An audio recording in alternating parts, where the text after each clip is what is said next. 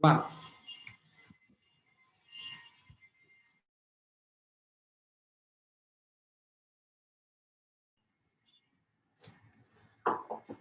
vamos orar. Pai, em nome de Jesus, que o Senhor nos conduza a uma unção, o Senhor nos conduza a uma graça diante do Senhor. Precisamos que o Senhor nos oriente.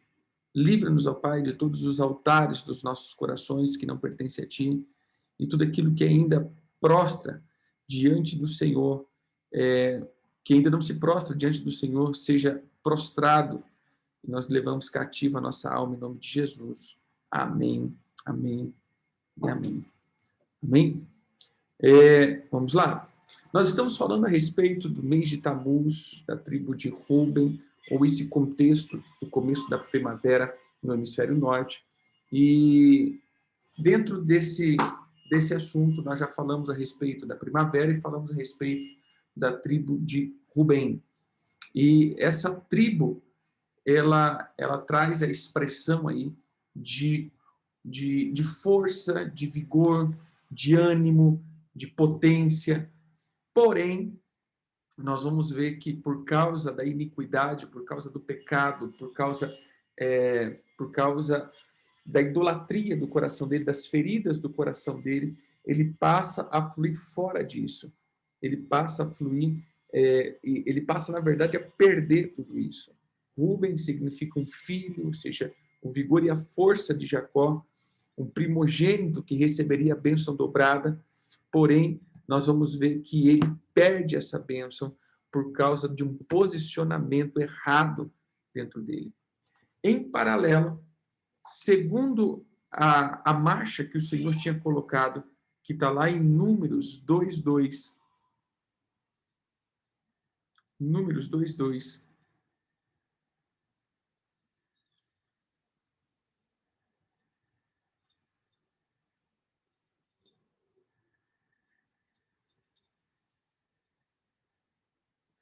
Quer dizer, Números 2, né, que ele começa a falar como deveria ser o proceder dessas tribos, como elas andariam, de que modo elas andariam, como seria esse agrupamento deles.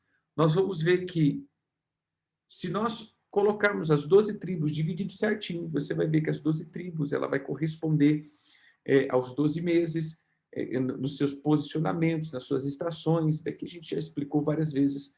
Porém, se pararmos e olharmos aqui, você vai ver que quem começa é Judá. Então, se colocarmos no primeiro mês do calendário, nós vamos ver uma representatividade de Judá. O segundo mês, a representatividade de Issacar, que é a segunda tribo na ordem.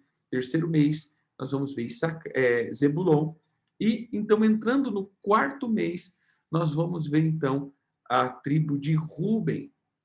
No versículo 10, o estandarte do arraial de Ruben, segundo a sua turma, terá para o lado sul.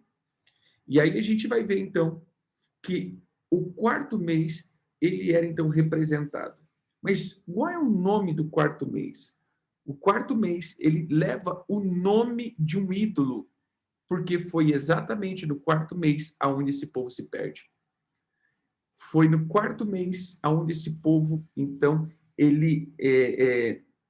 eles se prostram, eles se rendem. E duas coisas aqui me chamam a atenção. Primeiro, o bezerro de ouro. Primeiro, o bezerro, e segundo, o ouro. Veja, irmãos, que eles levantam um altar, eles fazem um altar, eles fazem um bezerro a partir do ouro. E o ouro sempre é colocado como um metal preciosíssimo. Então, eles entregam aos altares da idolatria, aos altares da feitiçaria, aos altares que foi levantado com uma base de nobreza, ou seja, algo que estava dentro deles, com isso que eles levantam esse altar. Então, o que dá para entender que toda luxúria, ou tudo aquilo que ainda é concupiscências e desejos da luxúria, será o ponto de ataque e o ponto de conexão dessa temporada. Todas as bases da luxúria. Querido, a luxúria ela é o que nos leva à maioria dos pecados.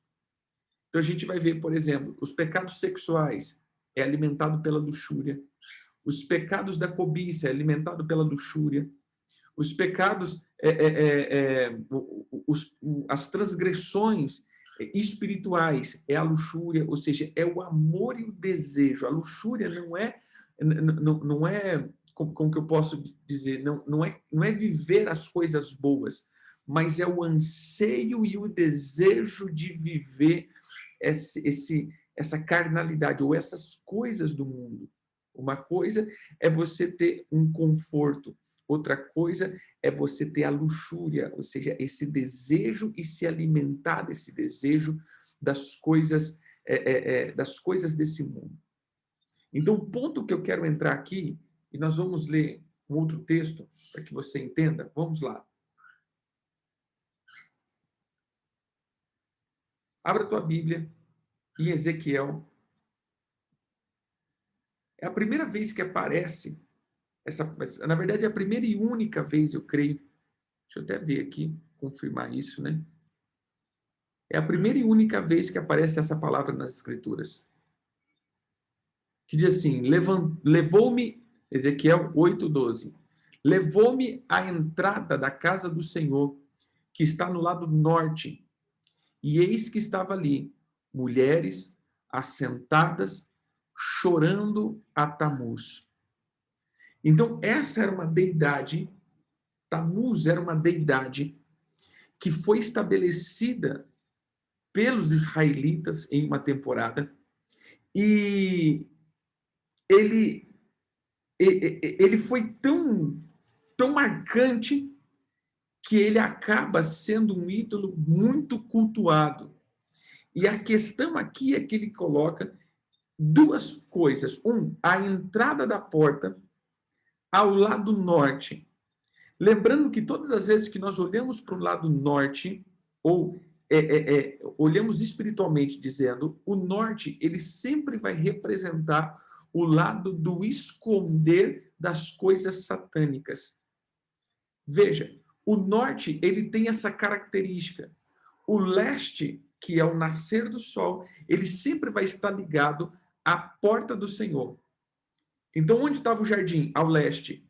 Aonde estava? É leste. Onde estava a porta do tabernáculo? Leste. Sempre o leste, ou seja, o nascer das coisas.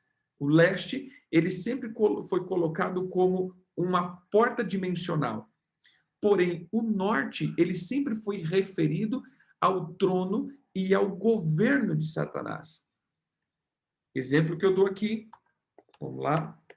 Quando a gente olha para o texto de Ezequiel, deixa eu ver se é Ezequiel mesmo.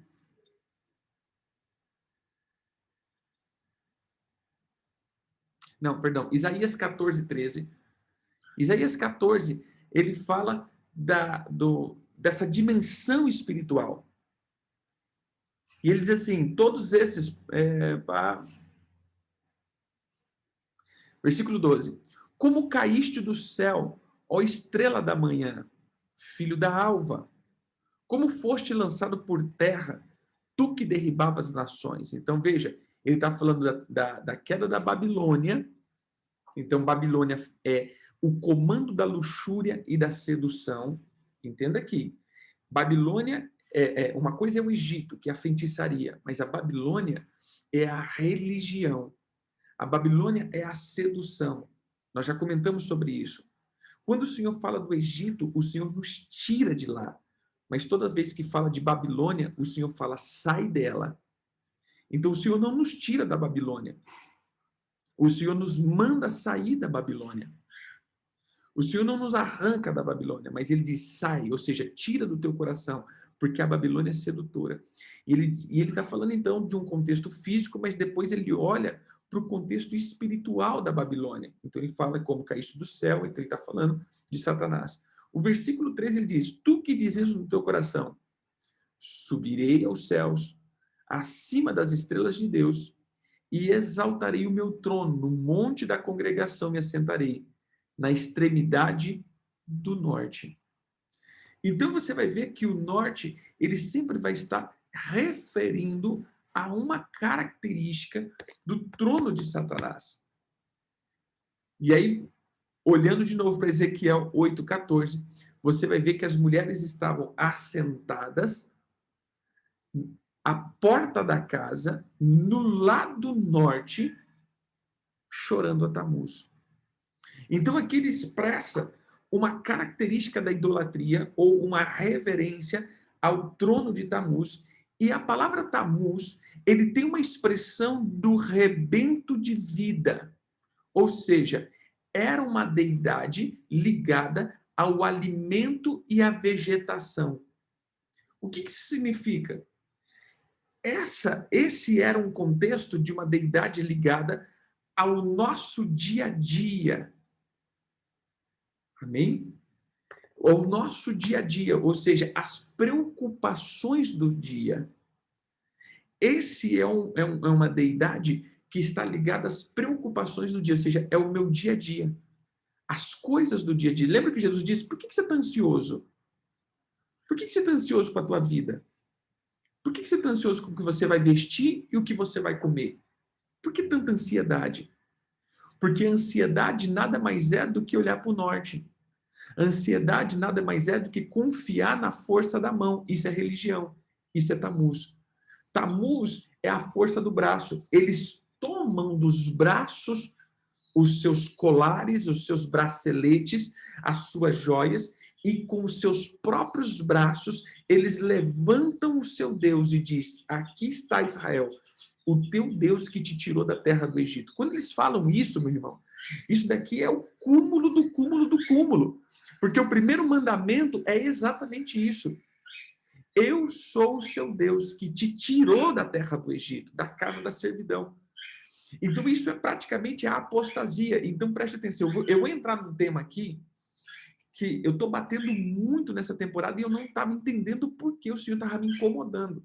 E ontem, ministrando acerca de uma coisa, caiu a ficha assim, falou, cara, agora eu entendi o porquê. Então, entenda aqui, irmãos.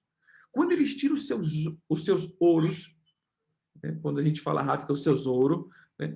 Então, quando eles tiram o ouro das suas mãos, obra das suas mãos, e o sacerdócio, ele molda aquele bezerro, ele está dizendo, então, da maior essência que existe, que é a idolatria, que é o culto e a devoção por aquilo que criamos. Nós temos, então, uma necessidade satânica de não sermos criatura, mas sim criador daqueles que adoramos. Então, veja, querido, qual era a essência de Satanás? Subirei ao maior lugar e me assentarei no maior lugar, acima de todas as coisas. Então, essa tendência de adorarmos aquilo que produzimos, ou seja, nós criamos os nossos deuses, nós fazemos com as nossas riquezas e nos prostramos diante deles. Então, preste atenção aqui. Irmãos, esse é o mês conectado à luxúria e à potencialização dos desejos da nossa vida. Onde Rubem caiu? Na sexualidade. Onde Rubem, ele foi não só na sexualidade, mas ele caiu na luxúria. Porque ele não se prostituiu, ele cometeu um adultério e uma como que eu posso dizer? Uma característica de incesto, ou seja, algo abominável. Mas o ponto central disso, o ponto central que eu começo a ver que será o ponto de atração para Tamuz é uma coisa chamada avareza. Observe aqui que a avareza, ela entra em dois contextos. Tanto no Antigo Testamento como no Novo Testamento, nós vamos ver que a avareza, ela sempre foi uma como que eu posso dizer, uma característica que desabona ou reprova qualquer um que tente estar diante do Senhor. Amém? Vamos lá. Veja aqui. Abra a tua Bíblia em Êxodo.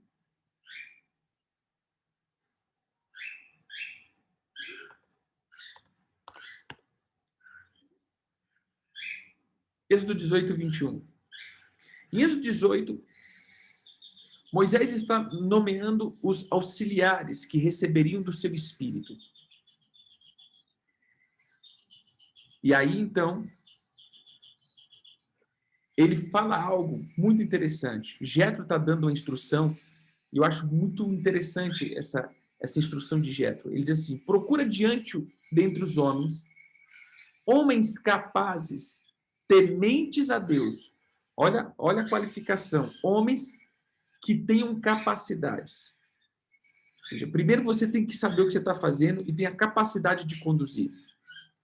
Porque uma coisa que não adianta você só querer ser legal. Você tem que ter capacidade. Para executar uma obra, você tem que saber, você tem que ter capacidade. Ai, não, mas eu escuto isso direto. Não, mas ele é tão legal. Não, querido, não existe o dom do cara legal. Existe a capacidade. Cada um recebeu segundo a sua capacidade. E não a sua legalzeza, né? Assim dizendo. Próximo.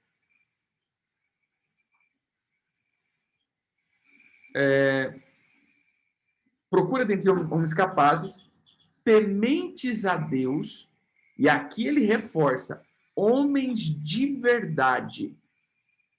Imagina que não é qualquer um, não. É homens de verdade. Não é qualquer um que só porque veste calça. Não, tem que ser cara de verdade. Um homem que não só anda na verdade, mas um homem que tem estabilidade. O cara emocionalmente, o cara que seja realmente emocionalmente capaz, mas que aborreça a avareza. Veja, irmãos, que um dos requisitos é ele aborrece a avareza. Pois bem, lá no Novo Testamento, quando está selecionando os bispos, em 1 Timóteo 3:2, ele diz o seguinte: o que era necessário ao bispo? É necessário, portanto, que o bispo, ou seja, aquele que lidera a igreja, seja irrepreensível, esposo de uma só mulher, temperante, sóbrio, modesto, hospitaleiro, apto a ensinar, não dado ao vinho, não violento, porém cordato, inimigo da contenda, não avarento. E aí eu comecei a entender, querido, uma coisa bem clara aqui. A pior coisa que existe, e é o que nós mais estamos fluindo, é quando nós nos deparamos com pessoas que estão sobre uma liderança e são avarentos. Se você não está disposto a entregar tudo, você está desqualificado para liderar as coisas. Se você é uma pessoa que não tem como que eu posso dizer, um coração entregue, e em todas as áreas, porque a avareza é idolatria. O que mais nós vemos são pessoas que fluem na avareza e que nunca conseguiram entregar tudo. Ontem, ministrando, uma das palavras que o Senhor batia no meu coração era exatamente essa. Quando ele diz assim: você quer vir após mim, negue-se a si mesmo, tome a sua cruz e siga-me. Ou seja, o primeiro é negar a si mesmo, e o negar a si mesmo é deixar a avareza. Porque eu vou deixar as minhas paixões e os ídolos que eu estou construindo. Se eu não aprender a negar tudo, se eu não aprender a entender que eu possuo tudo, que eu tenho coisas, mas eu não possuo nada, se eu não aprender que eu tenho que sacrificar tudo que eu tenho, por isso o termo do Novo Testamento, eu vou dizer agora em termos financeiros, não é mais dízimo. O termos do Novo Testamento é tudo. Por quê? Porque se eu não tenho tudo aos pés do Senhor, eu não tenho condição de ter glória ou unção. Porque o avarento, ele sempre vai tomar para ele com muita violência e reter, porque ele nunca distribui. O avarento é aquele que tem amor ao acúmulo. O avarento é aquele que tem amor em acumular bens, riquezas, coisas, porque isso daqui é meu, isso daqui faz parte de mim, isso daqui fui eu que fiz, isso daqui fui eu que gerei. Então, isso é meu, eu não divido. Todas as vezes que o Senhor, ele libera algo, e essa pessoa é avarenta, ele tomará a glória que é de Deus para ele. Por isso, a maior expressão desse mês é toda a avareza que tiver no teu coração, Tammuz vai pegar. Toda avareza que tiver ainda no teu coração, Tammuz vai se conectar. Sabe, irmãos, uma das coisas que eu comecei a entender é qual foi o teu maior nível de sacrifício? Para aqui e pensa.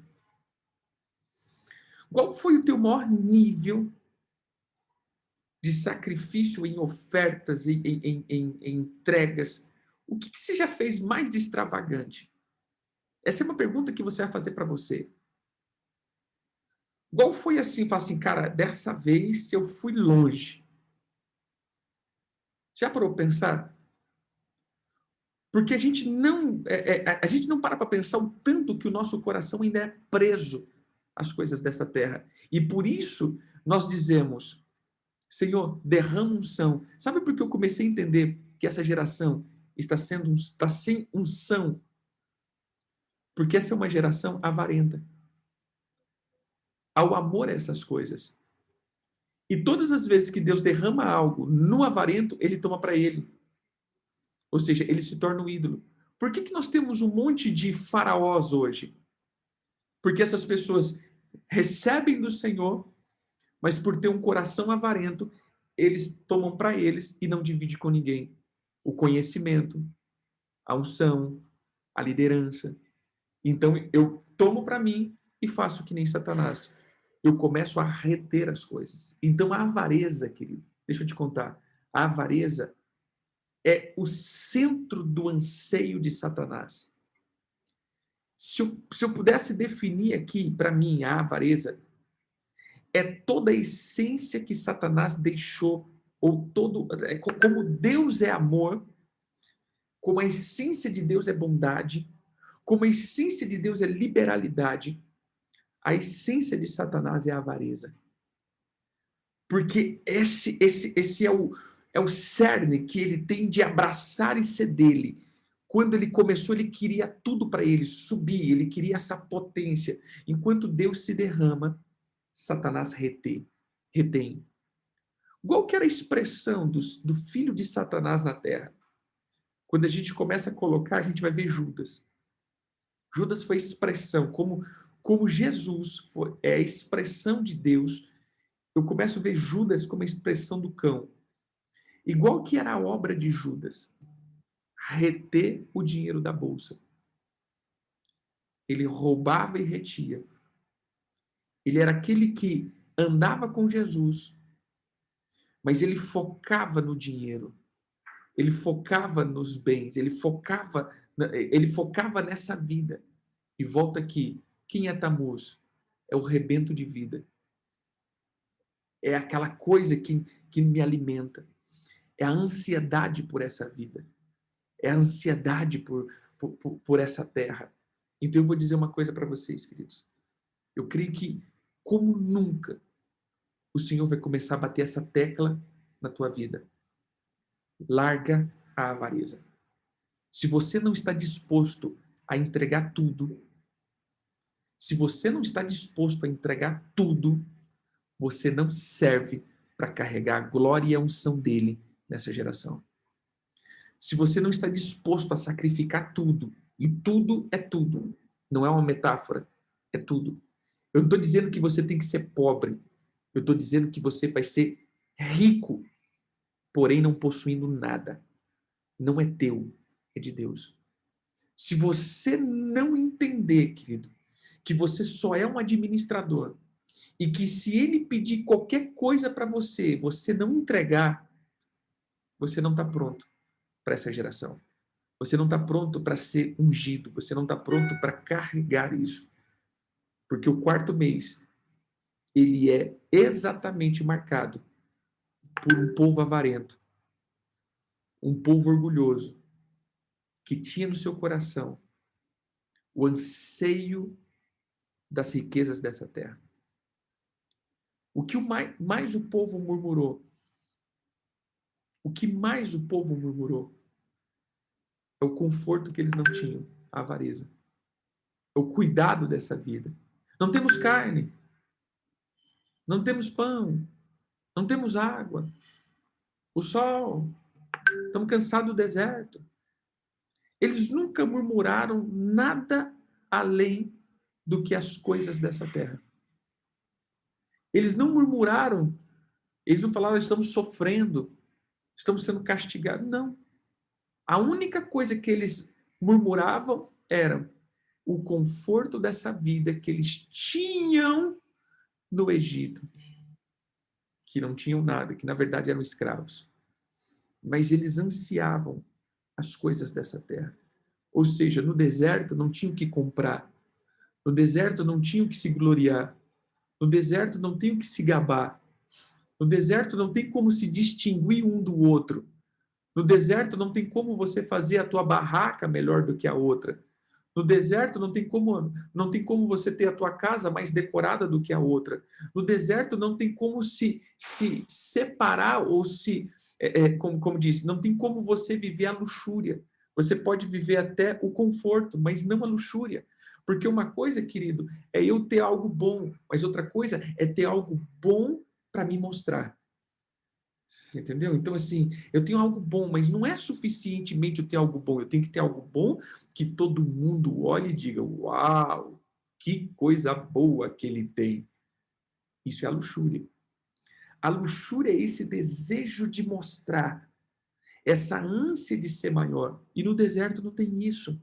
Porque no deserto todo mundo tem a mesma barraquinha, no deserto todo mundo tem a mesma condição, no deserto está todo mundo ir para o mesmo lugar, apesar que todo mundo ali já era rico, cheio de ouro, porque eles despojaram os egípcios. Ou seja, os caras estavam milionários, irmãos. Essa nação estava milionária no ponto aonde eles começam a levantar o tabernáculo, e quando eles dizem assim, tragam oferta de ouro, meu irmão, os caras construíram uma casa de ouro no deserto. Construíram um bezerro de ouro no deserto. Então, eles eram riquíssimos.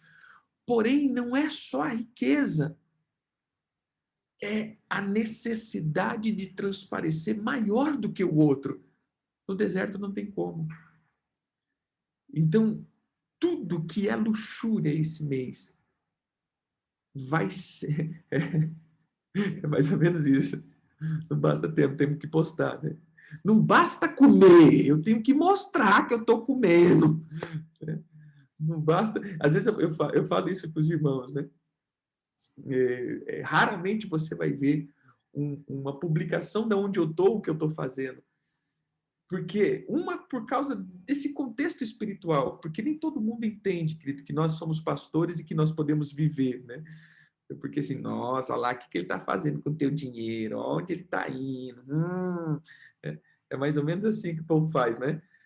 Pastor é complicado. Porém, tem muita gente que, se ele for em um lugar, ele tem que mostrar para todo mundo que ele está ali. Para quê? Viva aquele momento. É você. Você não precisa falar que você está lá. Só viva. Esse momento é teu. Teu e tua família. Teu e teu. Né? Não estou dizendo que você não pode fazer, querido, mas tem muita essa ânsia de falar: olha onde eu cheguei.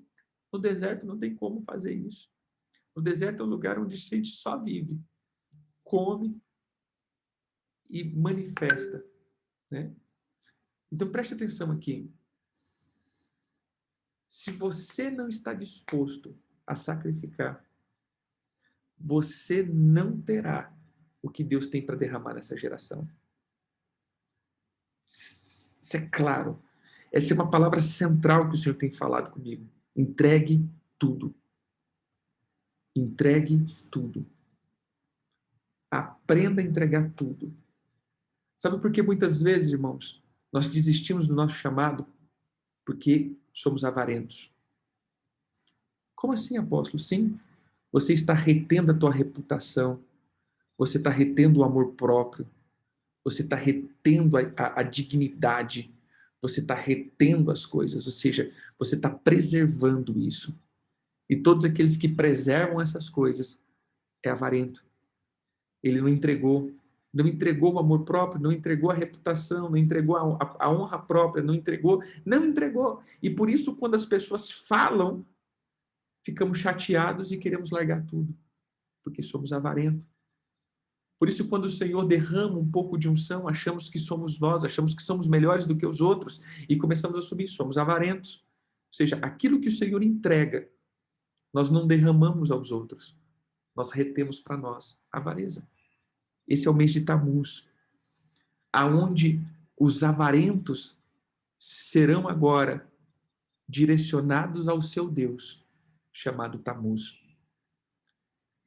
Esse é o momento da porta. Quatro, no hebraico, fala de porta.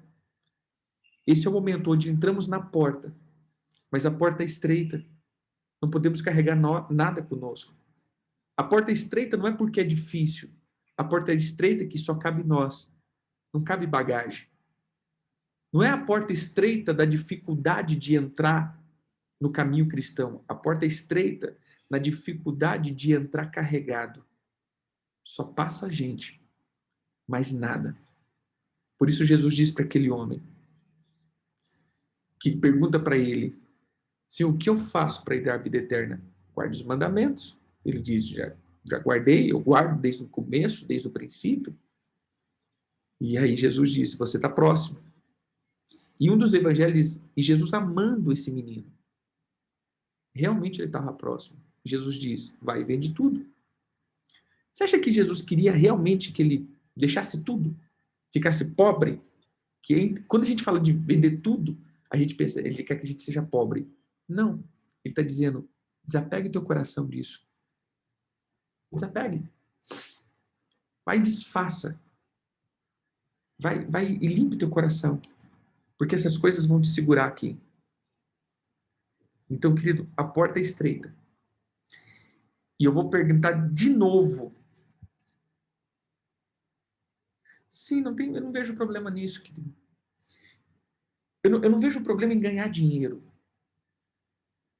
Eu não vejo problema porque o próprio Deus diz isso. Eu vou te dar força para adquirir riquezas. Eu creio que o povo de Deus pode ser rico, milionário. Mas eu não creio que o povo de Deus pode se firmar e segurar nisso.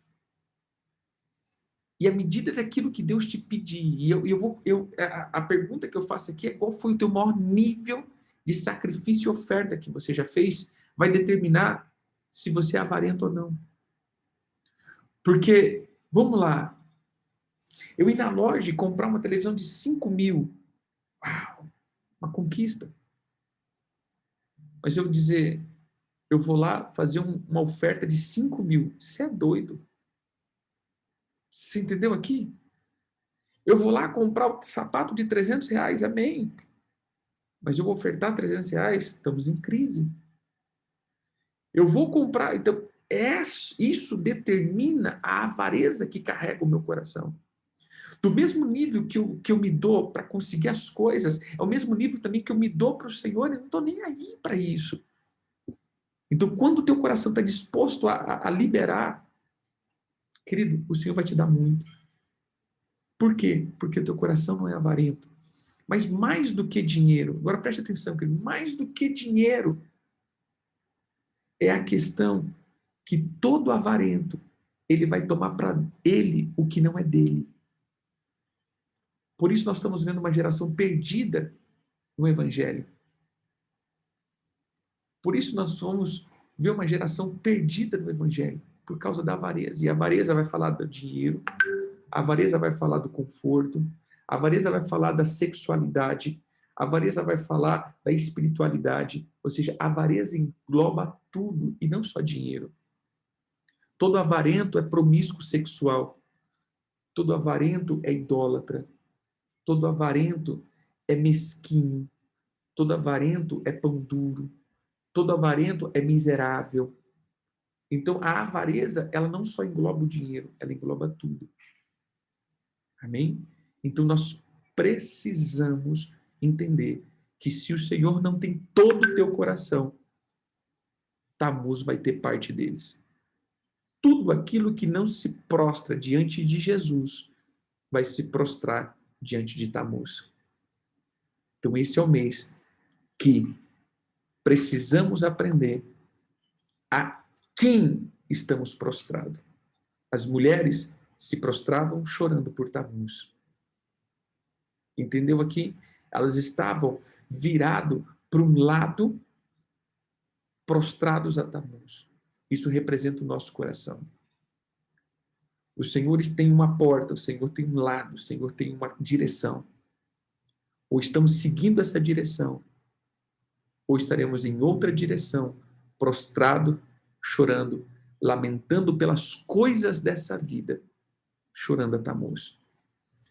Que o Senhor nos livre da avareza, que o Senhor nos livre do coração ambicioso, que o Senhor nos livre do amor da ganância, que o Senhor nos livre de nós mesmos e que o Senhor nos faça prostrar diante dele, que o Senhor quebre toda a idolatria do nosso coração e luxúria, em nome de Jesus. Pai, eu oro pelos teus irmãos, pelos teus filhos, eu oro pelos meus irmãos, declarando que, em nome de Jesus, eles sejam tomados por um arrependimento e uma obra de conversão plena no coração. Pai, ensina os teus filhos a sacrificar. Ensina os teus filhos, Senhor, a saber usufruir as riquezas dessa terra, sem ser dominada por elas. Tira, Senhor, o anseio e a luxúria.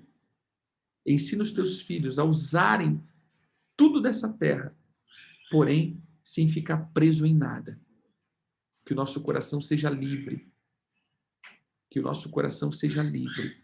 Em nome de Jesus. Amém. Amém, queridos. Deus abençoe. Fiquem com Deus.